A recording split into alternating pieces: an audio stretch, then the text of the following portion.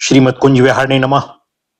श्री स्वामी हरिदास विजय तेतराम, श्री युगल सरकार, सदगुरुदेव और आप सभी रसिक भक्त वृंदों के श्री चरणों में दास का साष्टांग दंडवत प्रणाम।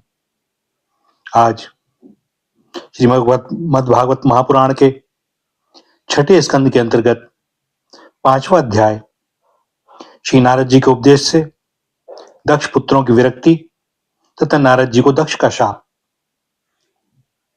श्री सुखदेव जी कहते हैं, परीक्षित, भगवान के शक्ति संचार से दक्ष प्रजापति परम समर्थ हो गए थे। उन्होंने पंचजन की पुत्री असक्नी से हर्यश नाम के 10,000 पुत्र उत्पन्न किए। राजन, दक्ष के ये सभी पुत्र एक आचरण और एक स्वभाव के थे। जब उनके पिता दक्ष ने उन्हें संतान उत्पन्न करने की आज्ञा दी, तब वे तपस्या करने के विचार से पश्चिम दिशा की ओर गए।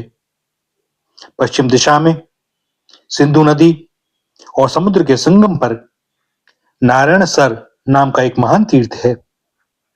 बड़े बड़े मुनि और सिद्ध पुरुष वहां निवास करते हैं। नारायण सर में स्नान करते ही हर्षवों के अंतकरण शुद्ध हो गए। उनकी बुद्धि भागवत धर्म में लग गई। फिर भी अपने पिता दक्ष की आज्ञा से बंधे होने के कारण वे उग्र तपस्या ही करते रहे। जब देवर्षि नारद ने देखा कि भागवत धर्म में रुचि होने पर भी ये प्रजा वृद्धि के लिए ही तत्पर हैं, तब उन्होंने उनके पास आकर कहा, अरे हर्षवो, तुम प्रजापति हो तो क्या हुआ? वास्तव में तो तुम लोग मूर्ख ही हो। बतलाओ तो, जब तुम लोगों ने पृथ्वी का अंत ही नहीं देखा, तब सृष्टि कैसे करोगे? बड़े खेद की बात है। देखो, एक ऐसा देश है जिसमें एक ही पुरुष है, एक ऐसा बिल है जिससे बाहर निकलने का रास्ता ही नहीं है, एक ऐसी स्त्री है जो बहुरूपिणी है, एक ऐसा पुरुष है जो व्यभिचारिणी का पति है, एक ऐसी नदी है जो आगे पीछे दोनों ओर बहती है, एक ऐसा विचित्र घर है जो 25 पदार्थों से बना है, एक ऐसा हंस है जिसकी कहानी बड़ी विचित्र है, एक ऐसा चक्र है जो छुरे एवं वज्र से बना हुआ है और अपने आप घूमता रहता है। मूर्ख हर्षवो, जब तक तुम लोग अपने सर्वज्ञ पिता के उचित आदेश को समझ नहीं लोगे और इन उपयुक्त वस्तुओं को देख नहीं लोगे, तब तक उनके आज्ञानुसार सृष्टि कैसे कर सकोगे? श्री सुखदेव जी कहते हैं, परीक्षित, हर्यश जन्म से ही बड़े बुद्धिमान थे।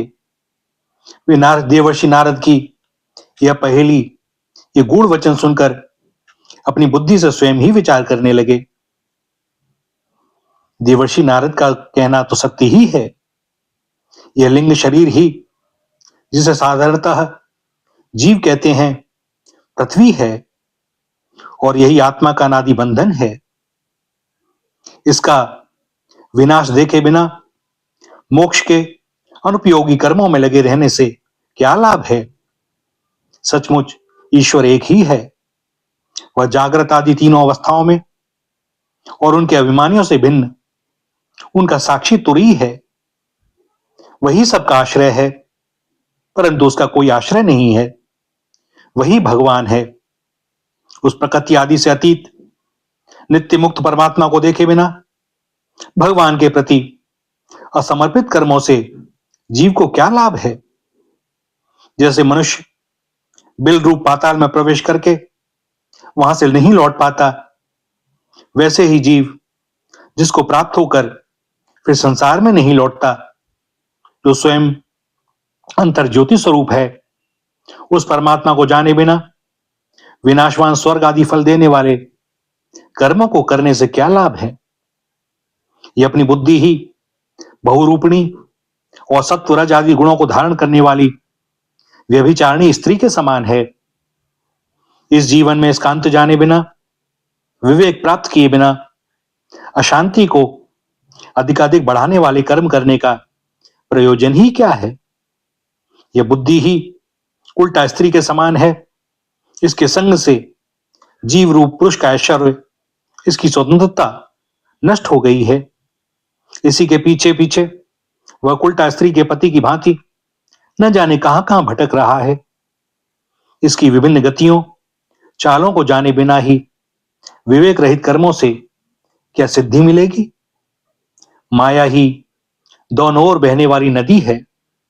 यह सृष्टि भी करती है और प्रलय भी। जो लोग इससे निकलने के लिए तपस्या, विद्या आदि तट का सहारा लेने लगते हैं, उन्हें रोकने के लिए क्रोध, अहंकार आदि के रूप में वह और भी वेग से बहने लगती है। जो पुरुष उसके वेग से विवश एवं अनभिज्ञ हैं, वह माइक कर्मों से क्या लाभ उठाएगा? ये 25 तत्व ही एक अद्भुत घर हैं। पुरुष उनका आश्चर्य में आश्रय है। वही समस्त कार्य कारणात्मक जगत का अधिष्ठाता है।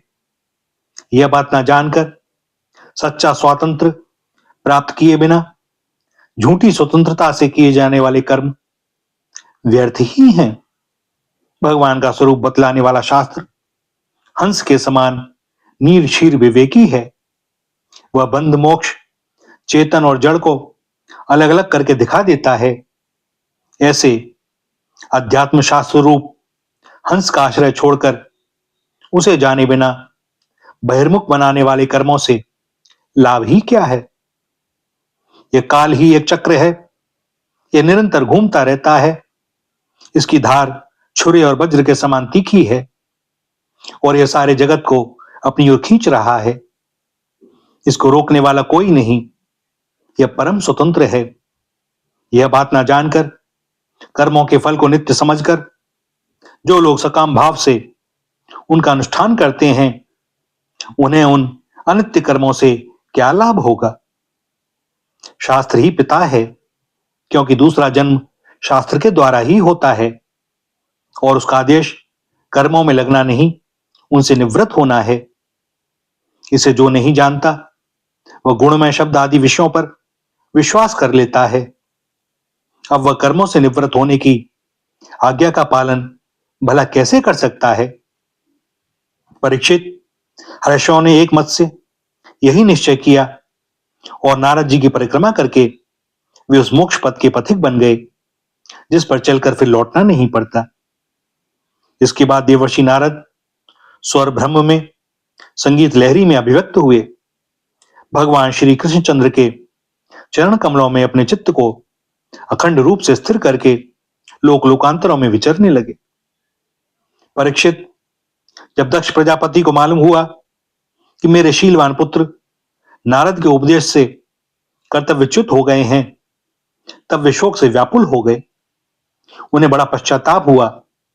सचमुच अच्छी संतान का होना भी शोक का ही कारण है। ब्रह्मा जी ने दक्ष प्रजापति को बड़ी सांत्वना दी। तब उन्होंने पंचजन नंदिनी असकनी के गर्भ से 1000 पुत्र और उत्पन्न किए। उनका नाम था शबलाश्व। वे भी अपने पिता दक्ष प्रजापति की आज्ञा पाकर प्रजा सृष्टि के उद्देश्य से तप करने के लिए उसी नारायण सरोवर पर गए, जहां जाकर उनके बड़े भाइयों ने सिद्धि प्राप्त की थी। शबलाश्वों ने भी वहां जाकर उस सरोवर में स्नान किया। स्नान मात्र से ही उनके अंतःकरण के सारे मल धुल गए। अब वे पर ब्रह्म स्वरूप प्रणव का जप करते हुए महान तपस्या में लग गए। कुछ महीनों तक केवल जल और कुछ महीनों तक केवल हवा पीकर ही उन्होंने हम नमस्कार पूर्वक ओंकार स्वरूप भगवान नारायण का ध्यान करते हैं, जो विशुद्ध चित्त में निवास करते हैं, सबके अंतर्यामी हैं तथा सर्वव्यापक एवं परमहंस स्वरूप हैं। इस मंत्र का अभ्यास करते हुए मंत्राधिपति भगवान की आराधना की। परीक्षित, इस प्रकार दक्ष के पुत्र शबलाश्व प्रजा सृष्टि के लिए तपस्या में संलग्न थे। उनके पास भी देवर्षि नारद आए और उन्होंने पहले के समान ही कूट वचन कहे। उन्होंने कहा, दक्ष प्रजापति के पुत्रों, मैं तुम लोगों को जो उपदेश देता हूं उसे सुनो। तुम लोग तो अपने भाइयों से बड़ा प्रेम करते हो, इसलिए उनके मार्ग का अनुसंधान करो। जो धर्मज्ञ भाई अपने बड़े भाइयों के श्रेष्ठ मार्ग का अनुसरण करता है, वही सच्चा भाई है। वह पुण्यवान पुरुष परलोक में मरुद गणों के साथ आनंद भोगता है। परीक्षित, शबलाश्वों को इस प्रकार उपदेश देकर देवर्षि नारद वहां से चले गए और उन लोगों ने भी अपने भाइयों के मार्ग का ही अनुगमन किया, क्योंकि नारद जी का दर्शन कभी व्यर्थ नहीं जाता। वे उस पथ के पथिक बने जो अंतर्मुखी वृत्ति से प्राप्त होने योग्य, अत्यंत सुंदर और भगवत प्राप्ति के अनुकूल है। वे बीती हुई रात्रियों के समान न तो उस मार्ग से अब तक लौटे हैं और न आगे लौटेंगे ही। दक्ष प्रजापति ने देखा कि आजकल बहुत से अपशकुन हो रहे हैं। उनके चित्त में पुत्रों की अनिष्ट की आशंका हो आई। इतने में ही उन्हें मालूम हुआ कि पहले की भांति अब की बार भी नारद जी ने मेरे पुत्रों को चौपट कर दिया। उन्हें अपने पुत्रों की कर्तव्यच्युति से बड़ा शोक हुआ और वे नारद जी पर बड़े क्रोधित हुए। उनके मिलने पर क्रोध के कारण दक्ष प्रजापति के होठ फड़कने लगे और वे आवेश में भरकर नारद जी से बोले। दक्ष प्रजापति ने कहा, ओ दुष्ट, तुमने झूठ मूठ साधुओं का बाना पहन रखा है। हमारे भोले भाले बालकों को भिक्षुकों का मार्ग दिखलाकर तुमने हमारा बड़ा अपकार किया है। अभी उन्होंने ब्रह्मचर्य से ऋषि ऋण, यज्ञ से देव ऋण और पुत्रोत्पत्ति से पितृ ऋण नहीं उतारा था। उन्हें अभी कर्म फल की नश्वरता के संबंध में भी कुछ विचार नहीं था, परंतु पापात्मन, तुमने उनके दोनों लोकों का सुख चौपट कर दिया। सचमुच तुम्हारे हृदय में दया का नाम भी नहीं है। तुम इस प्रकार बच्चों की बुद्धि बिगाड़ते फिरते हो। तुमने भगवान के पार्षदों में रहकर उनकी कीर्ति में कलंक ही लगाया। सचमुच तुम बड़े निर्लज्ज हो। मैं जानता हूं कि भगवान के पार्षद सदा सर्वदा दुखी प्राणियों पर दया करने के लिए व्यग्र रहते हैं, परंतु तुम प्रेम भाव का विनाश करने वाले हो। तुम उन लोगों से भी वैर करते हो जो किसी से वैर नहीं करते। यदि तुम ऐसा समझते हो कि वैराग्य से ही स्नेहपाश विषयासक्ति का बंधन कट सकता है, तो तुम्हारे यह विचार ठीक नहीं है, क्योंकि तुम्हारे जैसे झूठ मूठ वैराग्य का स्वांग भरने वालों से किसी को वैराग्य नहीं हो सकता। नारद मनुष्य विषयों का अनुभव किए बिना उनकी कटुता नहीं जान सकता, इसलिए उनकी दुखरूपता का अनुभव होने पर स्वयं जैसा वैराग्य होता है वैसा दूसरों के बहकाने से नहीं होता। हम लोग सद्ग्रस्त हैं, अपनी धर्म मर्यादा का पालन करते हैं। एक बार पहले भी तुमने हमारा असह्य उपकार किया था, तब हमने उसे सह लिया। तुम तो हमारी वंश परंपरा का उच्छेद करने पर ही उतारू हो रहे हो। तुमने फिर हमारे साथ वही दुष्टता का व्यवहार किया। इसलिए मूढ़, जाओ, लोक लोकांतरों में भटकते रहो, कहीं भी तुम्हारे लिए ठहरने को ठौर नहीं होगी। श्री सुखदेव जी कहते हैं, परीक्षित, संत शिरोमणि देवर्षि नारद ने बहुत अच्छा कहकर दक्ष का श्राप स्वीकार कर लिया। संसार में बस साधुता इसी का नाम है कि बदला लेने की शक्ति रहने पर भी दूसरे का किया हुआ अपकार सह लिया जाए। भैया, यहाँ छठे स्कंद के 5वें अध्याय का समापन होता है और छठे का शुभारंभ। दक्ष प्रजापति की 60 कन्याओं के वंश का विवरण। श्री सुखदेव जी कहते हैं, परीक्षित, तदनंतर ब्रह्मा जी के बहुत अनुनय विनय करने पर दक्ष प्रजापति ने अपनी पत्नी असिकनी के गर्भ से 60 कन्याएं उत्पन्न की। वे सभी अपने पिता दक्ष से बहुत प्रेम करती थीं। दक्ष प्रजापति ने उनमें से 10 कन्याएं धर्म को, 13 कश्यप को, 27 चंद्रमा को, 2 भूत को, 2 अंगिरा को, 2 कृशाश्व को और शेष 4 तीक्ष्ण नामधारी कश्यप को ही ब्याह दी। परीक्षित, तुम इन दक्ष कन्याओं और इनकी संतानों के नाम मुझसे सुनो। इन्हीं की वंश परंपरा तीनों लोकों में फैली हुई है।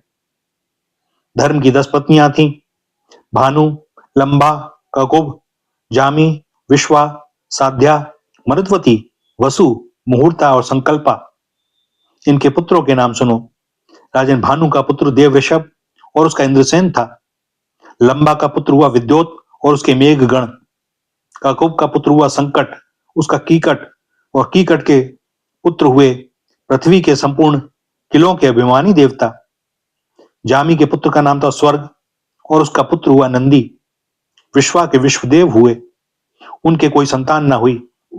साध्या से साध्य गण हुए और उनका पुत्र हुआ अर्थ सिद्धि। मृतवती के 2 पुत्र हुए, मृतवान और जयंत। जयंत भगवान वासुदेव के अंश हैं, जिन्हें लोग उपेंद्र भी कहते हैं। मुहूर्ता से मुहूर्त के अभिमानी देवता उत्पन्न हुए। ये अपने अपने मुहूर्त में जीवों को उनके कर्मानुसार फल देते हैं। संकल्प का पुत्र हुआ संकल्प और उसका काम। वसु के पुत्र 8 वसु हुए, उनके नाम मुझसे सुनो। द्रोण, प्राण, ध्रुव, अर्क, अग्नि, दोष, वसु और विभावसु। द्रोण की पत्नी का नाम है अभिमति। उससे हर्ष, शोक, भय आदि के अभिमानी देवता उत्पन्न हुए। प्राण की पत्नी ऊर्जोसती के गर्भ से सह, आयु और प्रोजव नाम के 3 पुत्र हुए। ध्रुव की पत्नी धरणी ने अनेक नगरों के अभिमानी देवता उत्पन्न किए। अर्क की पत्नी वासना के गर्भ से तृष्णा आदि पुत्र हुए। अग्नि नामक वसु की पत्नी धारा के गर्भ से द्रविणक आदि बहुत से पुत्र उत्पन्न हुए। कृत का पुत्र स्कंद भी अग्नि से ही उत्पन्न हुए, उनसे विशाख आदि का जन्म हुआ। दोष की पत्नी शर्वरी के गर्भ से शिशुमार का जन्म हुआ, वह भगवान का कलावतार है। वसु की पत्नी आंगीरसी से शिल्प कला के अधिपति विश्वकर्मा जी हुए। विश्वकर्मा के उनकी भार्या कृति के गर्भ से चाक्षुष मनु हुए और उनके पुत्र विश्वदेव एवं साध्यगण हुए। विभावसु की पत्नी उषा से 3 पुत्र हुए, व्युष्ट, रोशित, रोचिश और आतप। उनमें से आतप के पंचयाम अर्थात दिवक्स नामक पुत्र हुआ। उसी के कारण सब जीव अपने अपने कार्यों में लगे रहते हैं। भूत की पत्नी दक्षिणंदिनी स्वरूपा ने कोटि कोटि रुद्रगण उत्पन्न किए। इनमें रैवत, अज, भव, भीम, वाम, उग्र, वृषाकपि, अजयपाद, अहिर्बुद्ध, बहुरूप और महान, ये 11 मुख्य हैं।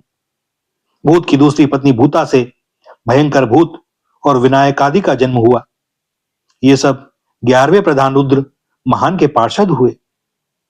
अंगिरा प्रजापति की प्रथम पत्नी स्वधा ने पितृगण को उत्पन्न किया और दूसरी पत्नी सती ने अथर्वांगिरस नामक वेदों को ही पुत्र रूप में स्वीकार कर लिया। प्रशाश्व की पत्नी अर्ची से धूम्रकेश का जन्म हुआ और धिष्णा से 4 पुत्र हुए, वेदशिरा, देवल, वयुन और मनु। ताश नामधारी कश्यप की 4 स्त्रियां थीं, विंता, कद्रु, पतंगी और यामिनी। पतंगी से पक्षियों का और यामिनी से पतिंगों का जन्म हुआ। विनिता के पुत्र गरुण हुए, यही भगवान विष्णु के वाहन हैं। विंता के ही दूसरे पुत्र अरुण हैं, जो भगवान सूर्य के सारथी हैं। कद्रु से अनेकों नाग उत्पन्न हुए। परीक्षित, कृतिका आदि 27 नक्षत्र भवानी देवियां चंद्रमा की पत्नियां हैं। रोहिणी से विशेष प्रेम होने के कारण चंद्रमा को दक्ष ने श्राप दे दिया, जिससे उन्हें क्षय रोग हो गया। उन्हें कोई संतान नहीं हुई। उन्होंने दक्ष को फिर से प्रसन्न करके कृष्ण पक्ष की क्षीण कलाओं के शुक्ल पक्ष में पूर्ण होने का वर तो प्राप्त कर लिया, परंतु नक्षत्र भवानी देवियों से उन्हें कोई संतान ना हुई। अब तुम कश्यप पत्नियों के मंगल में नाम सुनो। वे लोक माताएं हैं, उन्हीं से सारी सृष्टि उत्पन्न हुई। उनके नाम है अदिति, दिति, दनु, काष्ठा, अरिष्ठा, सुरसा, इला, मुनि, क्रोधवशा, ताम्रा, सुरभि, शर्मा और तिमी। इनमें तिमी के पुत्र हैं जलचर जंतु और शर्मा के बाघ आदि हिंसक जीव। सुरभि के पुत्र हैं भैंस, गाय तथा दूसरे 2 खुर वाले पशु। ताम्रा की संतान है बाज, गीद आदि शिकारी पक्षी। मुनि से अप्सराएं उत्पन्न हुई। क्रोधवशा के पुत्र हुए सांप, बिच्छू आदि विषैले जंतु। इला से वृक्ष, लता आदि पृथ्वी में उत्पन्न होने वाली वनस्पतियां और सुरसा से राक्षस, अरिष्टा से गंधर्व और काष्ठा से घोड़े आदि खुर वाले पशु उत्पन्न हुए। धनु के 61 पुत्र हुए। उनमें प्रधान प्रधान के नाम सुनो। द्विमूर्धा, शंबर, अरिष्ट, हयग्रीव, विभावसु, अयोमुख, शंकुशिरा, स्वरभानु, कपिल, अरुण, पुलोमा, वृषपर्वा, एक चक्र, अनुतापन, धूम्रकेश, विरूपाक्ष, विप्रचित्ति और दुर्जय। स्वरभानु की कन्या सुप्रभा से, नमुची ने और वृषपर्वा की पुत्री शर्मिष्ठा से महाबली नहुष नंदन ययाति ने विवाह किया। दनु के पुत्र वैश्वानर की 4 सुंदरी कन्याएं थीं। इनके नाम थे उपदानवी, हैशिरा, पुलोमा और कालका। इनमें से उपदानवी के साथ हिरण्याक्ष का और हैशिरा के साथ क्रतु का विवाह हुआ। ब्रह्मा जी की आज्ञा से प्रजापति भगवान कश्यप ने ही वैश्वानर की शेष 2 पुत्रियों पुलोमा और कालका के साथ विवाह किया। उनसे पौलोम और कालके नाम के 60,000 रणवीर दानव हुए। इन्हीं का दूसरा नाम नेवात कवच था। ये यज्ञ कर्म में विघ्न डालते थे, इसलिए परीक्षित तुम्हारे दादा अर्जुन ने अकेले ही उन्हें इंद्र को प्रसन्न करने के लिए मार डाला। यह उन दिनों की बात है जब अर्जुन स्वर्ग में गए हुए थे। विप्रचित्त की पत्नी सिंका के गर्भ से 101 पुत्र उत्पन्न हुए। उनमें सबसे बड़ा था राहु, जिसकी गणना ग्रहों में हो गई। शेष 100 पुत्रों का नाम केतु था। परीक्षित, अब क्रमशः अदिति की वंश परंपरा सुनो।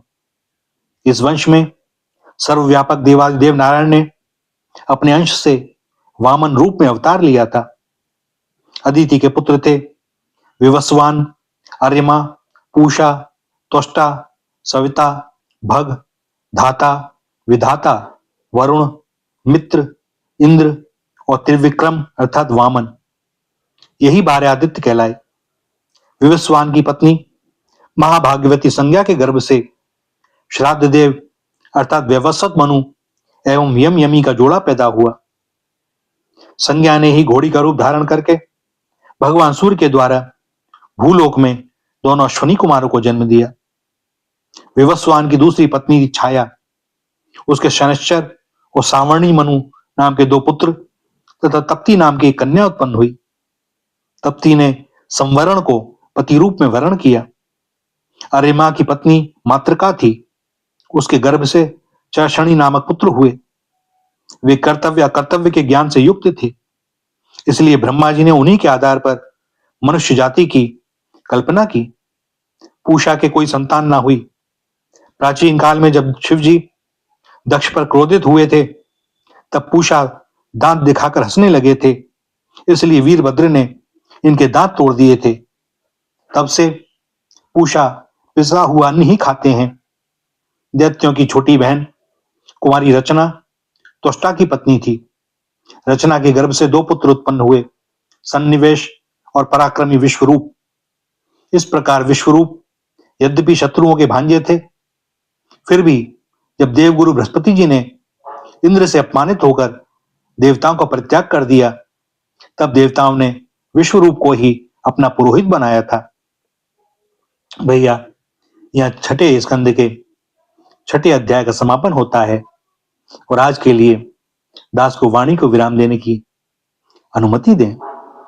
श्री राधा, श्री राधा, श्री राधा।